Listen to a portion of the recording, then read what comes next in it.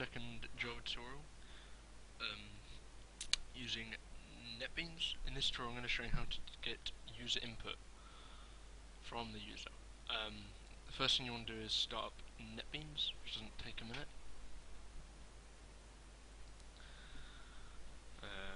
Yep, it just takes a few seconds to load up.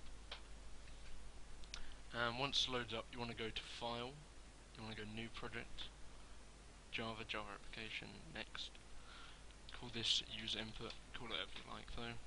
Create main class and set as main project. Finish. This will create a default class for us that we can use.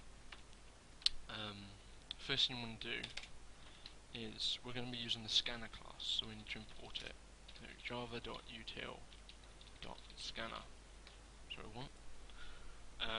It underlines it yellow because hasn't been used yet. It's basically saying that nothing in this package has been used, this class. So first we need to do is initiate a class of scanner. It's worth saying there's different ways to get user input. You can use a buffered reader, but we're going to be using a scanner. So what we're going to do is go scanner, my scanner, equals new scanner, system.in. You need system.in in here, otherwise it will not work. There is a good thing about NetBeans that we don't actually need to import before we try and use a class. I'll show you. If you get rid of that and we just type that, it would come up with an error, and if we try to run it, it would crash. It's saying it's got an error, and exception, it cannot find the class basically because it hasn't been imported.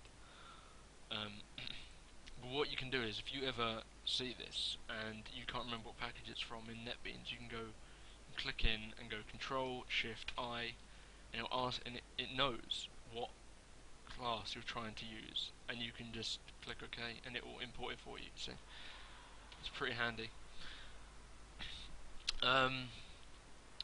Right, so the first thing we want to do is we want to get user input. Now, in the last tutorial I literally just typed this console command. So if we run this program now, it should just print hello world, because we haven't done anything with the scanner class. So if I run it, hello world, that's all it does. Now what we want to do is, say we want to get the user's name. What we could do is, we could go system.out.println and say, what is your name? Then, to get the user's name, we have to create a variable. So their name is going to be a string. Well, we're going to assume it's going to be a string. And to get the line that they have just typed, we would go myscanner.nextLine. So we go string name equals myscanner.nextLine. At the moment, we wouldn't do anything because it would literally say, what is your name, and then it would let you input, but you wouldn't see the input.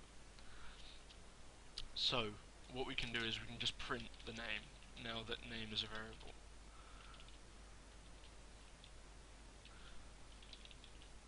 So if we print name, it should say whatever I type.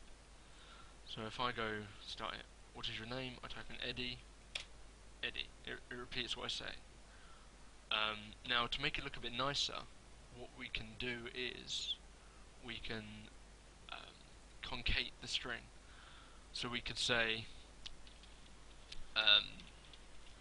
hello space name,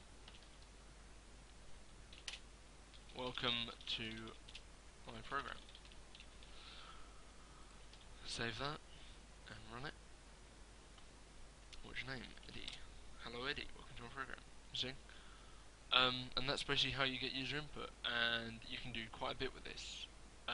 Next line is used for strings. mainly use strings. However, we could make a very simple calculator. So I could make a system out println so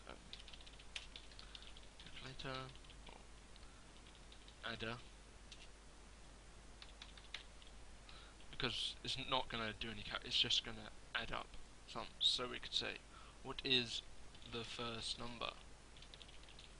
And because it's an integer, we would say myscanner.next int, and then this needs to change to an integer, int num1, and then we would need to ask for a second number as well. What is the second number? What I just did then was I copied and pasted that, by the way. What is the second number? num2, so next int. We don't have to make a new scanner for different inputs. We can use the same scanner. So you have to rename the variable though. So if I put num1 there, it would just overwrite what was in num1. So now we can then do a calculation on the numbers that are given to us and say int total equals num1 plus num2, and then we can echo it, output it to the user and say total plus total, and that should output, that should now be an very simple addition calculator. So if we run it, adder, what is the first number? 1. Second number? 3. Should be 4. Total 4. There you have it. That is getting user input from and then using it in a Java program. So obviously without any user input, the program would be pretty static, but now add a lot of functionality to your program, potentially. I'll just show you what happens if I try and put in text. So if I run the program now, it says what is the first number, and I put in hello, it will just crash the program. The way to avoid that happening is you need to throw a try and a catch. I won't go into that in this tutorial because I think that's a bit further down the line, but you need to just be aware that if you put in this code and someone just put in a letter, it would crash the program. But apart from that, that's a very simple user input program. So that's all. Goodbye.